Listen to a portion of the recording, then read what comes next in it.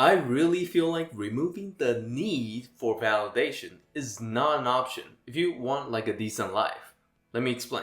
And this first reason for why validation should be removed is that most people really vote with their emotions. Do a little exercise with me here. So think of someone that you just don't really like. Now try to think of something positive about that person. Isn't it really hard? This is really difficult because us as people, we have this tendency to really want things to be black and white. But in the real world, that's rarely the case. You almost have to fight this tendency to become a little more objective. It wasn't that hard for me to think of someone that I didn't really like. Maybe that's a bad thing. Now take this concept that we just talked about here and apply it to 70% of the people that you want validations from. For example, let's say you start going to the gym.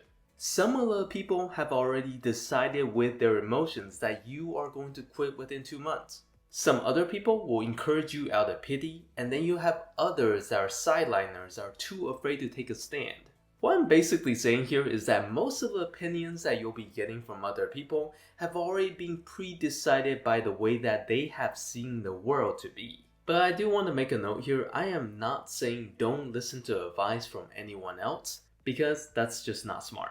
But other people's opinions about your life, they definitely have their place, but they should not run your life. If you're looking to become a more independent person that knows their way around the world, hit that subscribe button. But something else also happens when you're way too focused on seeking validation, and that is you can't really listen properly. In everything that you do, I know it's gonna sound kind of weird, but you find what you're looking for. Because at any given time, there's so much information coming to us, we can actually only pay attention to a few selected things. This should tell you something about the people around you. But anyways, let's take for instance, you're working out. We're going to our working out example again. You have just found out what creatine is. It's a working out supplement. Now when you're listening to advice, watching videos, you'll find yourself listening for any mentions of creatine. Your mind gives it more attention because now you're looking for it. And the same thing can happen with wanting to please people. The more you pay attention to it, the more attention it takes up in your mind. And here, this is actually the most important part. You're not actually listening to the world normally because you're prioritizing the wrong information in trying to please people. And the better way to kind of switch this around is give yourself something else better to focus on. Instead of feeling bad for yourself every time you see someone else's social media feed, put your focus on one new thing that you can learn about the world through their life. A new brand of clothing, a new kind of food. Shift your attention to something that's constructive. But if not validation, how do we change how we feel about ourselves and the world? The feeling that's inside of us changes when we change how we see the world, not through validations. If anyone has liked your social media post before, then you should know that people's validations don't last very long. You're like, whoa, and then give it a few hours and you'll go right back to how you normally think. So if you really want to stop feeling a certain way about yourself, validation is really just a band-aid. It doesn't solve anything. You really need to start with understanding how you think differently than the person that you're trying to become. For example, let's say you're trying to become someone that's strong physically and mentally. It's not just simply learning about what they physically do, which is still important, but you really want to pay attention to how they respond to things that are happening to them.